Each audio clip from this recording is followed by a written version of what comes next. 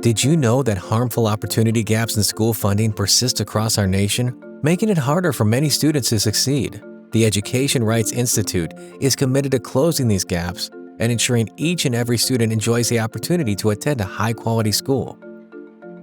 How we fund our schools sets the foundation for their success. Although it was once debated in the scholarly field, researchers now agree that money matters in schools. And when money is spent well, more school funding has a positive impact on student achievement, as measured by test scores, graduation rates, college enrollment, and lifetime earnings. Opportunity gaps for students related to school funding track along lines of poverty, race, and geography.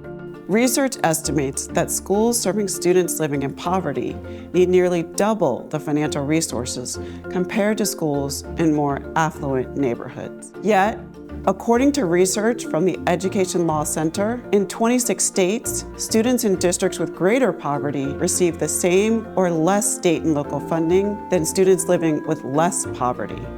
These funding gaps are even more troubling in light of the end of pandemic relief funds in 2024. This will cause many districts to experience a dramatic fiscal cliff that will hit districts with the greatest student poverty the hardest. Not only that, gaps in funding for students of color are even greater than for students living in poverty.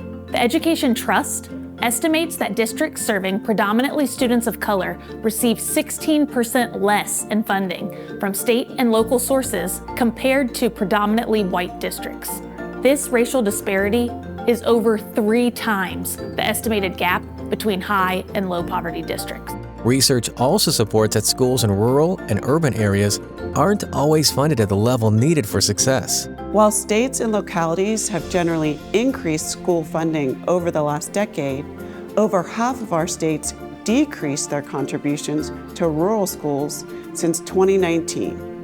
Additionally, the National Center for Education Statistics reports that urban schools in 2022 received less money per student than rural, suburban, or town schools when adjusted for inflation.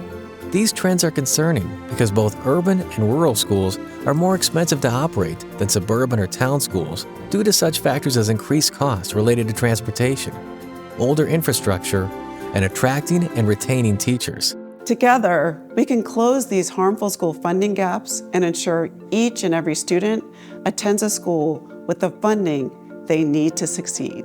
There's more to know. Check out our website, follow us on social media, and learn all the ways you can benefit from our valuable research.